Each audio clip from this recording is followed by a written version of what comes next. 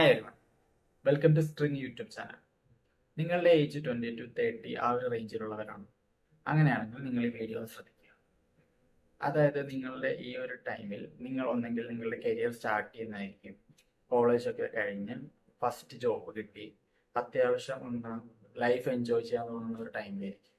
അല്ലെങ്കിൽ already job ഉണ്ടായി കരിയറിന് switch ചെയ്ത് അത്യാവശ്യം ഒന്ന് സെറ്റിൽ ആയിക്കൊണ്ടിരിക്കുന്ന ഒരു ടൈമാണിത്. അപ്പൊ ഈ ഒരു ടൈമിൽ നിങ്ങൾ ശ്രദ്ധിക്കേണ്ട രണ്ട് കാര്യങ്ങളുണ്ട്. അതിനെ പറ്റിയാണ് എനിക്ക് നിങ്ങളോട് ഡിസ്കസ് ചെയ്യാനുള്ളത്. ഇത് എൻ്റെ ഫ്രണ്ട്സിൻ്റെയും അതുപോലെ എൻ്റെ ഒരു ലൈഫിൽ നിന്ന് എനിക്ക് കിട്ടിയ എക്സ്പീരിയൻസ് വെച്ചിട്ടാണ് ഞാൻ സംസാരിക്കുന്നത്. തെറ്റുകുറ്റങ്ങളോ കാര്യങ്ങളോ ഉണ്ടെങ്കിൽ ക്ഷമിക്കുക.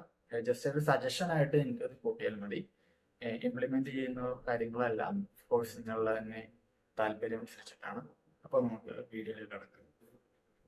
അതായത് ഞാൻ നേരത്തെ പറഞ്ഞ പോലെ തന്നെ 20 to 30 റേഞ്ചിൽ നമ്മുടെ കരിയർ സ്റ്റാർട്ട് ചെയ്യുന്നത് അല്ലെങ്കിൽ ഡെവലപ്പ് ചെയ്ത് നമ്മുടെ സ്കില്ലും കാര്യങ്ങളൊക്കെ സെറ്റായി വരുന്ന ആ ഒരു ടൈമാണെന്ന് ഞാൻ നേരത്തെ പറഞ്ഞു.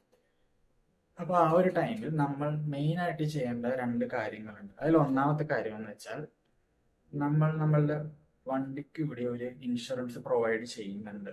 ഈവൻ RTO റൂൾ പ്രകാരമാണെങ്കിൽ കൂടി ചിലർക്ക് ഇഷ്ടമല്ലാത്തതും കൂടി മസ്റ്റായിട്ട് പാലിക്കേണ്ട ഒരു കാര്യമാണ് വെഹിക്കിൾ ഇൻഷുറൻസ് എന്നുള്ളത്. ഓക്കെ, ആ പറയുന്ന വെഹിക്കിൾ ഇൻഷുറൻസ് പ്രൊവൈഡ് ചെയ്യുന്ന നമ്മൾ, അതായത് നിങ്ങൾക്ക് വേണ്ടിയിട്ട് ഒരു ഇൻഷുറൻസ് ഇതുവരെ നിങ്ങൾ ചെയ്തു വെച്ചിട്ടുണ്ടോ, അല്ലെങ്കിൽ ഒരെണ്ണം എടുത്തു വെച്ചിട്ടുണ്ടോ?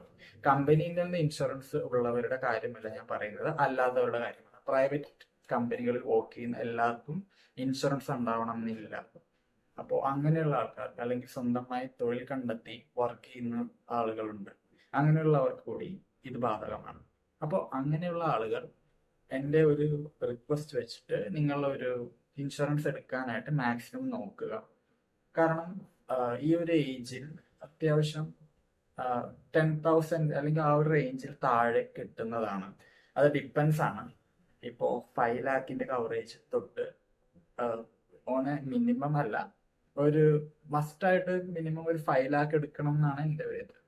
കാരണം ഭാവിയിൽ അല്ലെങ്കിൽ നാളെ എന്തെങ്കിലും വരാതിരിക്കട്ടെ, പക്ഷെ ഇൻ കേസ് വന്നു കഴിഞ്ഞാൽ നിങ്ങൾ ഇതുവരെ സ്വരൂപിച്ച് വെച്ചിട്ടുള്ള ആ പൈസ ഒറ്റയടിക്ക് അല്ലെങ്കിൽ ആ ഒരു എമൗണ്ട് ഒറ്റയടിക്ക് നിങ്ങൾക്ക് അവിടെ ഹോസ്പിറ്റൽ കേസിൽ കൊടുക്കേണ്ടി വരും.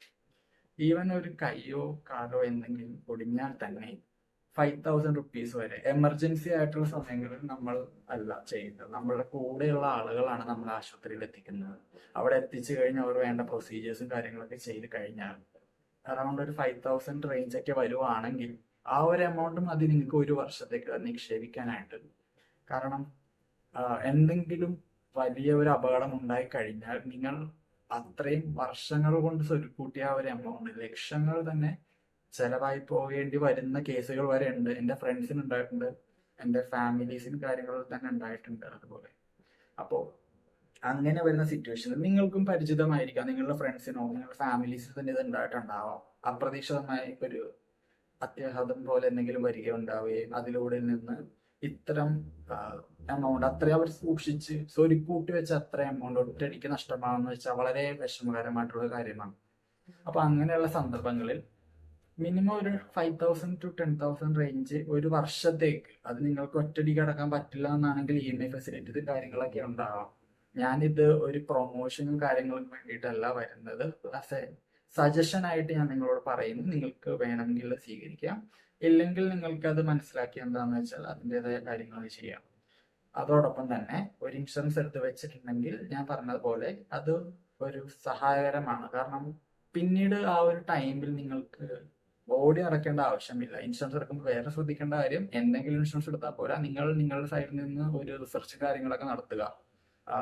ഫ്രണ്ട്സിനോടും കാര്യങ്ങളോടും ക്ലെയിം റേഷ്യോ സെറ്റിൽമെന്റ് ഉണ്ട്. അതായത് ഒരു വർഷത്തേക്ക് ഒരു ഇൻഷുറൻസ് കമ്പനി എത്രത്തോളം, ഇപ്പോൾ ഒരു 100 പേരിൽ എത്ര പേർക്ക് ഇൻഷുറൻസ് പ്രൊവൈഡ് ചെയ്യുന്നു എന്നുള്ളതാണ് ക്ലെയിം റേഷ്യോ സെറ്റിൽമെന്റ് എന്നുകൊണ്ട് ഉദ്ദേശിക്കുന്നത്. അപ്പോൾ അത് മാക്സിമം 98, 99 ആ ഒരു റേഞ്ചിലുള്ളത് മാക്സിമം എടുക്കാൻ നോക്കുക. പല പല ഇൻഷുറൻസ് കാര്യങ്ങളുണ്ട്, ഞാൻ പേര് പറയുന്നില്ല ഇവിടെ, നിങ്ങൾക്ക് തന്നെ ചെയ്യാം. ഞാൻ ഇപ്പോൾ പറഞ്ഞ പ്രൊമോഷന്റെ ഭാഗമായിട്ട് മറ്റും നിങ്ങൾ ചിന്തിക്കും. ഞാൻ ഒരിക്കലും പ്രൊമോഷൻ ആയിട്ടല്ല പറയുന്നത്. നിങ്ങളുടെ ലൈഫിൽ നിങ്ങൾ എടുത്തു വെക്കേണ്ട കുറച്ച് മുൻകരുതലുകൾ എന്നൊരു കാര്യത്തിലൂടെ നിങ്ങൾക്ക് ഇത് കണ്ടാൽ മതി. രണ്ടാമത്തെ കാര്യം ഞാൻ പറഞ്ഞതുപോലെ തന്നെ നിങ്ങൾക്ക് ഇപ്പൊ കിട്ടുന്ന സാലറിയിൽ നിന്ന് നിങ്ങൾ വീട്ടിലേക്ക് കൊടുക്കുന്നുണ്ടാവും, നിങ്ങളുടെ സ്വന്തം ആവശ്യങ്ങൾക്ക് ചെയ്യുന്നുണ്ടാവും. ചിലപ്പോൾ അതിൽ നിന്ന് കുറച്ച് പേർ സേവ് ചെയ്യുന്നുണ്ടെങ്കിൽ അത്രയും നല്ലത്.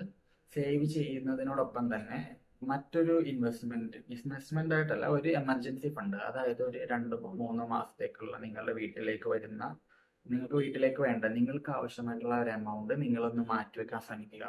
കാരണം നമ്മളെല്ലാവരും വർക്ക് ചെയ്യുന്നു, സ്വന്തമായിട്ട് ബിസിനസ് എല്ലാവർക്കും ഉണ്ടാവണം എന്നില്ല. മറ്റുള്ളവരുടെ കീഴിൽ അല്ലെങ്കിൽ ഒരു കമ്പനിയിലായിരിക്കും നമ്മൾ വർക്ക് ചെയ്യുന്നത്, ഇല്ലേ?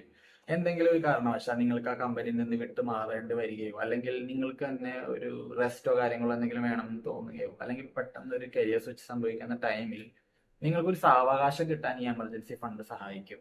കാരണം നിങ്ങളുടെ കയ്യിൽ ഒരു മാസത്തെ ഒരു എമൗണ്ട്, നിങ്ങളുടെ സാലറി ഒരു മാസത്തെ ഉണ്ട് എന്നാണെങ്കിൽ ആ ഒരു മാസത്തേക്ക് നിങ്ങൾക്ക് വറി ചെയ്യേണ്ട ആവശ്യമില്ല.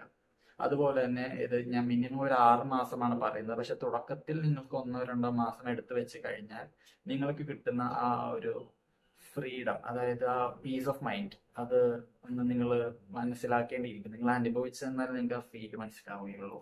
അപ്പോൾ അങ്ങനെ ചെയ്തിട്ടുണ്ട് എന്നാണെങ്കിൽ 2 മാസത്തേക്ക് നിങ്ങൾക്ക് ജോലി നഷ്ടമാവുകയോ അല്ലെങ്കിൽ നിങ്ങൾക്ക് കരിയർ സ്വിച്ച് ചെയ്യാൻ വേണ്ടിയിട്ട് ഒരു 2 മാസം വേണം, പുതിയൊരു ടെക് പഠിക്കണം അല്ലെങ്കിൽ പുതിയൊരു സ്കിൽ സെറ്റ് നിങ്ങൾക്ക് ഉണ്ടാക്കണം എന്ന് തോന്നുകയാണെങ്കിൽ ഈ ഒരു 2 മാസത്തേക്ക് നിങ്ങൾക്ക് അത് ഉപയോഗിക്കാം. അതിനോടൊപ്പം തന്നെ നിങ്ങൾ ചെയ്ത് വെക്കേണ്ട മറ്റൊരു കാര്യമാണ് ഹെൽത്ത് ഇൻഷുറൻസ്. കാരണം ഞാൻ പറഞ്ഞില്ലേ, നിങ്ങളിപ്പോൾ ഒരു അത്യാവശ്യമായി പല കാര്യങ്ങളും വാങ്ങുന്നുണ്ടാവും. ഒരു പക്ഷേ എന്തെങ്കിലും ഒരു മൊബൈൽ അല്ലെങ്കിൽ അങ്ങനെ കാര്യങ്ങൾ EMIs ഇട്ട് വരുന്ന സമയത്ത് നിങ്ങളുടെ സാലറിയിൽ ചിലപ്പോൾ 2-3-4 ഇരട്ടിയിൽ അല്ലെങ്കിൽ വില വരുന്ന മൊബൈലുകൾ അല്ലെങ്കിൽ അതുപോലെ ടെക്സും കാര്യങ്ങളൊക്കെ വാങ്ങുന്ന പല കൂട്ടുകാരും നമുക്ക് ഇടയിൽ തന്നെ ഉണ്ട്. ഞാനിത് ക്രിട്ടിസൈസ് ചെയ്യാനൊന്നും വേണ്ടി പറയുന്നതല്ല. ആ ഒരു എമൗണ്ട് ഒരു ഫോണിനോ അല്ലെങ്കിൽ ഒരു ടെക്കിനോ വേണ്ടി നിങ്ങൾ യൂസ് ചെയ്യുന്നുണ്ടെങ്കിൽ എന്തുകൊണ്ട് നിങ്ങൾ നിങ്ങളുടെ ഹെൽത്തിന് വേണ്ടി അത് ഇഷ്യൂ ചെയ്യുന്നില്ല എന്നാണ് ഞാൻ ചോദിക്കുന്നത്.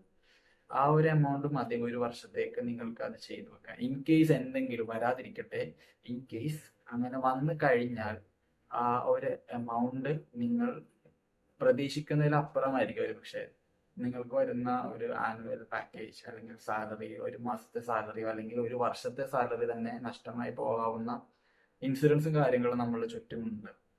അപ്പോൾ ഒരു ഇൻഷുറൻസ് എടുത്തു വെക്കുന്നത് ഞാൻ സജസ്റ്റ് ചെയ്യുന്നതാണ്. എടുക്കുമ്പോൾ സൂക്ഷിച്ചെടുക്കുക.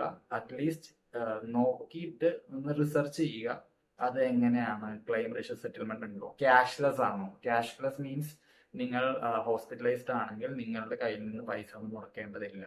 പക്ഷെ ചില മെറ്റീരിയൽസ്, അതായത് സിറിഞ്ച് അതുപോലെയുള്ള ചെയ്യുന്ന കുറച്ച് കാര്യങ്ങളുണ്ട്, അത് കവേർഡ് ആവണം എന്നില്ല ഇൻഷുറൻസ്. പക്ഷെ അത് കവേർഡ് ആവുന്ന ഇൻഷുറൻസും ഉണ്ട്. അത് നിങ്ങൾ നോക്കിയെടുത്താൽ മതി. പക്ഷെ മിനിമം ഒരു ഇൻഷുറൻസ് എങ്ങനെയെങ്കിലും എടുത്തു വെക്കാനായിട്ട് നിങ്ങൾ നോക്കുക. അതോടൊപ്പം തന്നെ ഒരു എമർജൻസി ഫണ്ട് ഒരു 1 മന്ത് അത് സമയമെടുത്ത് ചെയ്താൽ മതി. ഒറ്റയടിക്ക് നിങ്ങൾക്ക് അത് റേസ് ചെയ്യാൻ പറ്റണം എന്നില്ല. കിട്ടുന്ന പൈസ കുറച്ച് കൂട്ടി ഒരു എമർജൻസി ഫണ്ടിലേക്ക് മാറ്റുക. അതോടൊപ്പം തന്നെ നിങ്ങളുടെ ടോട്ടൽ സാലറിയിൽ നിന്ന് 100% ആണ് നമ്മുടെ സാലറിയിൽ നിന്ന്, അതിൽ നിന്ന് 50% നീഡ്, 20% സേവ് ചെയ്ത് വെക്കേണ്ടതാണ്, 30% ബോണ്ട്. നിങ്ങളുടെ സ്വന്തമായിട്ടുള്ള കാര്യങ്ങൾ, ഫ്രണ്ട്സിനോടൊപ്പം കറങ്ങാൻ പോവുക, സിനിമക്ക് പോവുക, ട്രിപ്പ്, ട്രാവലിംഗ്, അങ്ങനെയുള്ള കാര്യങ്ങൾക്കൊക്കെ നിങ്ങൾക്ക് ഈ ബോണ്ട്, അതായത് ഈ 30% ചെയ്യാം. മിനിമം 20% എങ്കിലും നിങ്ങൾ സേവിങ്സിന് വേണ്ടി ഇൻവെസ്റ്റ് ചെയ്യണം. ഓക്കെ, അതിൽ നിന്ന് വരേണ്ടതാണ് ഹെൽത്ത് ഇൻഷുറൻസ് എന്ന് തെറ്റിദ്ധരിക്കരുത്. വാണ്ടിൽ വരേണ്ടതാണ് ഹെൽത്ത് ഇൻഷുറൻസ്, അല്ലെങ്കിൽ നീഡിൽ വരേണ്ടതാണ് ഹെൽത്ത് ഇൻഷുറൻസ്. കാരണം നിങ്ങളുടെ ഹെൽത്തിന്റെ കാര്യം നിങ്ങൾ കോൺഷ്യസ് ആയിരിക്കണം. ഒരു ഹെൽത്ത് ഇൻഷുറൻസ് മസ്റ്റ് ആയിട്ട് എടുത്തു വെക്കാൻ നോക്കുക. എമർജൻസി ഫണ്ട് റേസ് ചെയ്യാൻ നോക്കുക. പുതിയ സ്കിൽ സെറ്റ് അല്ലെങ്കിൽ അപ് ടു ഡേറ്റ് ആയിട്ടിരിക്കുക. അല്ലാതെ ഇപ്പൊ മിക്ക കൂട്ടുകാർക്ക്, ഞാൻ ഉൾപ്പെടെ പലർക്കും സംഭവിക്കുന്നത്, 1-ാം തീയതി ആകുമ്പോൾ സാലറി വരുന്നു, EMIs പോകുന്നു, 1-ാമത്തെ ആഴ്ചയിൽ തന്നെ നമ്മളുടെ സാലറി പകുതിയും പോവും. ബാക്കി വരുന്ന എമൗണ്ട് എങ്ങനെയെങ്കിലും ആ ഒരു മാസത്തേക്ക് എത്തിക്കാനായിട്ട് നെട്ടോട്ടം ഓടുകയാണ്. അപ്പോൾ ഇതിൽ നിന്ന് നമ്മളൊന്ന് മാറി ചിന്തിക്കേണ്ടിയിരിക്കുന്നു. നമ്മൾ ചെയ്യുന്ന കാര്യങ്ങൾ എപ്പോഴും വ്യക്തമായിട്ട് ചെയ്യാൻ നോക്കുക. അത്യാവശ്യം മണി കൺട്രോളും കാര്യങ്ങളൊക്കെ വരാൻ നോക്കുക. ക്രെഡിറ്റ് കാർഡ്സ് യൂസ് ചെയ്യുന്ന ആളുകളോട് യൂസ് ചെയ്യുന്നത് കുഴപ്പമില്ല, പക്ഷെ നിങ്ങളുടെ സാലറിയിലെ പൊക്കത്തായിരിക്കും ഒരു പക്ഷെ നിങ്ങൾക്ക് ലിമിറ്റ് ഉള്ളത്. അതൊരു എന്താ പറയാ, അതൊരു പോസിറ്റീവായിട്ട് മാത്രം എടുക്കരുത്. കാരണം അവരങ്ങനെ പ്രൊവൈഡ് ചെയ്യുന്നത് നമ്മളെപ്പോഴും അവരുടെ കയ്യിൽ നിന്ന് കടമെടുക്കാൻ വേണ്ടിയിട്ടാണ്. ഇപ്പോൾ ഒരു 10,000 റുപ്പീസ് സാലറി ഉള്ള ഒരാൾക്ക് ഒരു 15,000 റുപ്പീസിന്റെ ക്രെഡിറ്റ് കാർഡ് ഉണ്ട് എന്നാണെങ്കിൽ അയാൾ ആ ഒരു മന്ത് ക്രെഡിറ്റ് കാർഡ് യൂസ് ചെയ്യുന്നത് 10,000 അബോവ് ആണെങ്കിൽ അയാൾ ഒരിക്കലും ആ ഒരു മണി ക്രെഡിബിലിറ്റി കാണിക്കുന്നില്ല, അക്കൗണ്ടബിലിറ്റി കാണിക്കുന്നില്ല എന്നുള്ളതാണ് സത്യം. കാരണം 10,000 റുപ്പീസ് സാലറി ഉള്ള ഒരാൾ ഒരിക്കലും 15,000 സ്പെൻഡ് ചെയ്യരുത്. കാരണം അയാളുടെ ലിമിറ്റിലായിരിക്കണം അത് ചെയ്യേണ്ടത്. ഞാൻ നേരത്തെ പറഞ്ഞല്ല, 5,000 റുപ്പീസ് അയാളുടെ നീഡ്, ബാക്കി 30%, 20% വെച്ചിട്ട് ആണ് അയാൾ ചെയ്യേണ്ടത്. 20% സേവ് ചെയ്യണം. പക്ഷെ 15,000 റുപ്പീസ് അയാൾ എക്സ്ട്രാ, അതായത് 5,000 റുപ്പീസ് അയാൾ എക്സ്ട്രാ സ്പെൻഡ് ചെയ്യുകയാണ് ചെയ്യുന്നത്. അപ്പൊ ഇത്തരമുള്ള കാര്യങ്ങളിൽ നിങ്ങൾ കുറച്ചും കൂടി നോക്കിയും കണ്ടും വേണം ചെയ്യാനായിട്ട്. അപ്പോൾ മസ്റ്റായിട്ട് ഒരു ഹെൽത്ത് ഇൻഷുറൻസ് എടുത്തു വെക്കാൻ നോക്കുക, എമർജൻസി ഫണ്ട് റേസ് ചെയ്യുക, പുതിയ സ്കിൽ സെറ്റും കാര്യങ്ങളും പഠിക്കുക. കുറച്ചും കൂടി ക്രെഡിബിലിറ്റി ആയിട്ട് കാണിച്ച് തുടങ്ങുകയാണെങ്കിൽ ഫ്യൂച്ചറിൽ നിങ്ങൾക്ക് ഈസി ആയിട്ട് നല്ലൊരു മണി സ്റ്റെബിലൈസേഷൻ ക്രിയേറ്റ് ചെയ്യാനായിട്ട് സാധിക്കും. ഓക്കെ, അപ്പൊ അടുത്ത വീഡിയോ കാണുന്നത് വരെ